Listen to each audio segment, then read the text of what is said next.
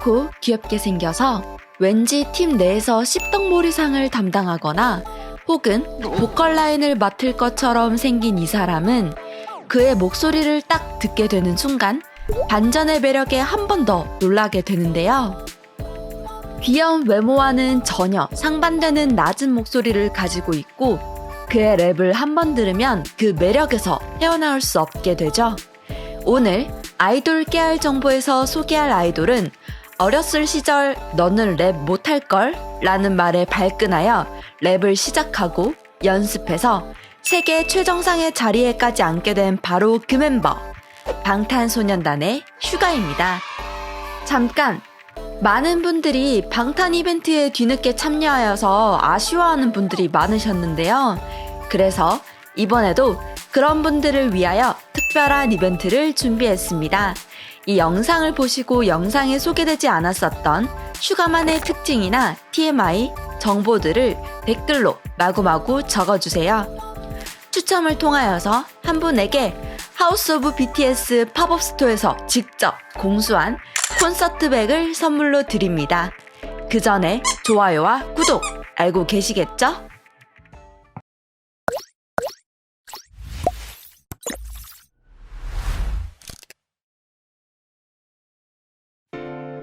방탄소년단에서 리드 래퍼를 맡고 있는 슈가의 본명은 바로 민윤기입니다.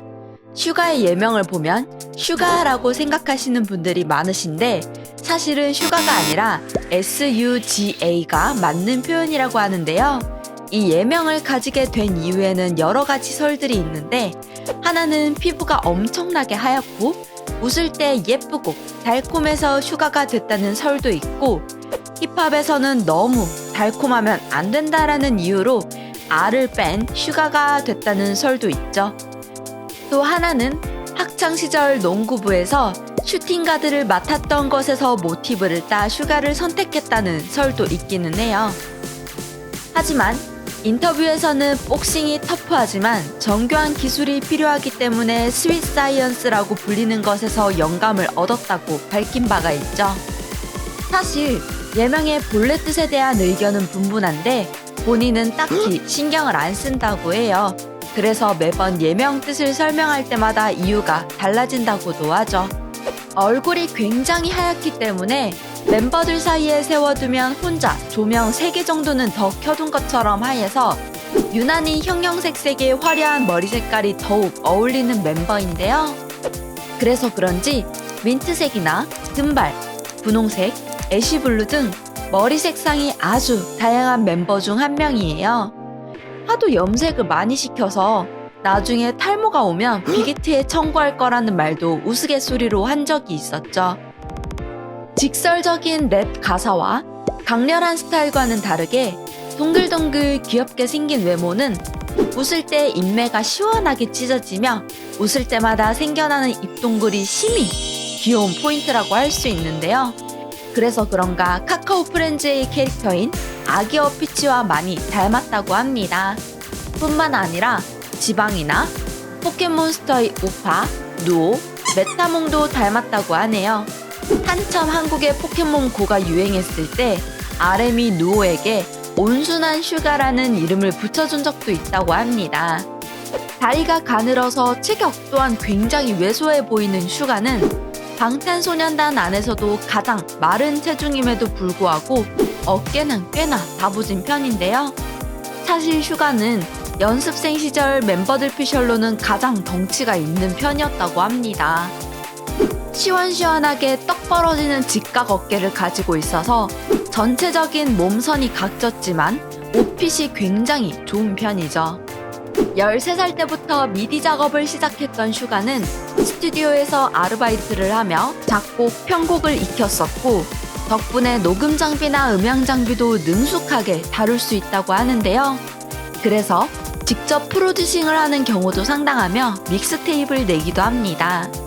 말랑하고 귀엽게 생겼지만 믹스테이프에 나오는 가사들은 꽤나 직설적이고 단호하며 거침이 없는 편인데요. 이런 슈가의 실제 성격도 의외로 무뚝뚝하고 쿨한 데다가 제법 무심한 편이라고 합니다. 그리고 평소에도 지고는 못 사는 성격이라고 하는데요. 하지만 무뚝뚝해서 남에게 관심이 없을 것 같으면서도 뒤에서 은근히 챙겨줄 사람 다 챙겨주는 다정한 면모를 보여서 이런 모순된 성격의 슈가에게 한 번 빠지면 헤어나올 수가 없다고 합니다. 그래서 생겨난 별명이 바로 민바답이라고 하네요. 모 인터뷰에서 타투를 한다면 어디에 하고 싶냐는 질문에 발가락에 점으로 하고 싶다고 대답한 적이 있었는데요.